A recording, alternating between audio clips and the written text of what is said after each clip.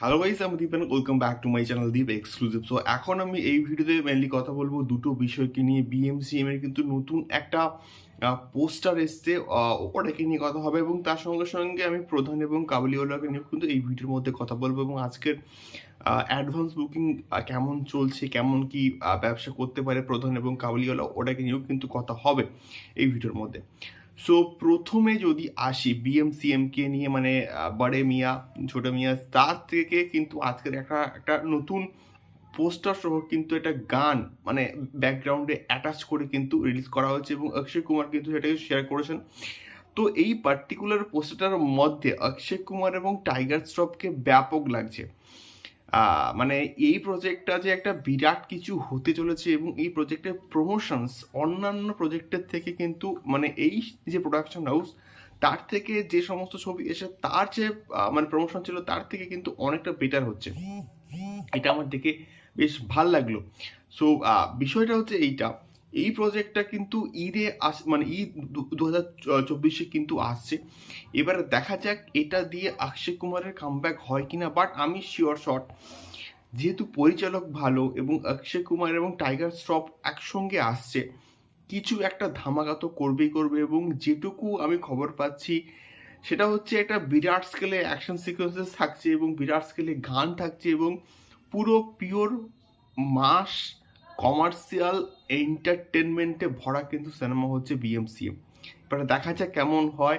এটার official teaser কিন্তু আসার সম্ভাবনা আছে এই 26 আশেপাশের মধ্যেই। এবারে দেখা যাক কেমন হয়। আবার তো এই পার্টিকুলার পোস্টারটা আমার কিন্তু ব্যাপক লাগলো। দ্বিতীয়ত, এই ভিডিওর মধ্যে আমি কথা বলবো প্রধান এবং কাবুলিওয়ালাকে নিয়ে এবং এটার কিন্তু মোটামুটি বলতে গেলে গতকালের রেসপন্স প্রচণ্ড ভালো ছিল এবং বছরের প্রথম দিনে কিন্তু প্রধান এবং হচ্ছে আমাদের কাবুলিওয়ালার রেসপন্সও কিন্তু প্রচণ্ড ভালো এবং লাস্ট 24 আওয়ার্সে দেখা যাচ্ছে যে 12.5K tickets and sold in book my show এবং রীতিমতো ট্রেন্ডিংয়ে আছে প্রধান, এবং তার সঙ্গে সঙ্গে কাবুলিওয়ালার ক্ষেত্রেও কিন্তু ভালো 7.5K 8K এরকম করে কিন্তু টিকিট সেল হচ্ছে মানে বুক মাই শো থেকে। এবং তার সঙ্গে সঙ্গে ম্যাক্সিমাম মাল্টিপ্লেক্সে না অ্যাডভান্স বুকিংটা থ্রু বুক মাই শো বেশি হয়, মানে স্পট বুকিংয়ের থেকে কিন্তু স্পট বুকিংটা বেশি হয় আচ্ছা আমাদের সিঙ্গেল স্ক্রিনের ক্ষেত্রে। ইভেন নন্দন বলি বা আমাদের প্রিয়া বলি বা আমাদের রাধা স্টুডিও বলি, এই সমস্ত জায়গায় অলরেডি আগে থেকে অ্যাডভান্স বুকিং হয়ে যায়। সো ওই পার্টিকুলার জায়গাতে কিন্তু স্পট বুকিং খুবই কম হয় এবং মানে যেহেতু এটার অ্যাডভান্স বুকিং হয়ে যায় তো সেই জায়গা থেকে ওখানে আর টিকিট মোটামুটি মানে লোকজন পাবে না এবং বছরের শুরুর দিনে সবাই কিন্তু যাবে। এবং গত বছরে যার রেকর্ড ছিল 1 কোটি, প্রায় 1 কোটি কিন্তু বক্স অফিস কালেকশন করেছিল প্রজাপতি, সেটা আজকের ওই রেকর্ডটা ব্রেক করতে পারে কিনা এটা কিন্তু দেখার মতো বিষয়পত্র হবে। এবং বাট যখন তোমরা বুক মাই শো খুলবে তখন কিন্তু তোমরা দেখতে পাবে যে হয় কমলা, না হলে কিন্তু পুরো একটা অ্যাশ অ্যাশ টাইপের কিন্তু রয়েছে বুক মাই শোতে এবং গ্রিন খুবই কম আছে।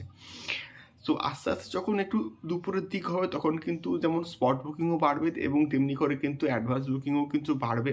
জাস্ট দুপুর এবং বিকেলের পর থেকে প্রচুর মানুষ কিন্তু বেরোবে সিনেমা দেখতে। এবার দেখা যাক আজকের সেই রেকর্ডটা ভাঙতে পারে কিনা প্রধান এবং হচ্ছে আমাদের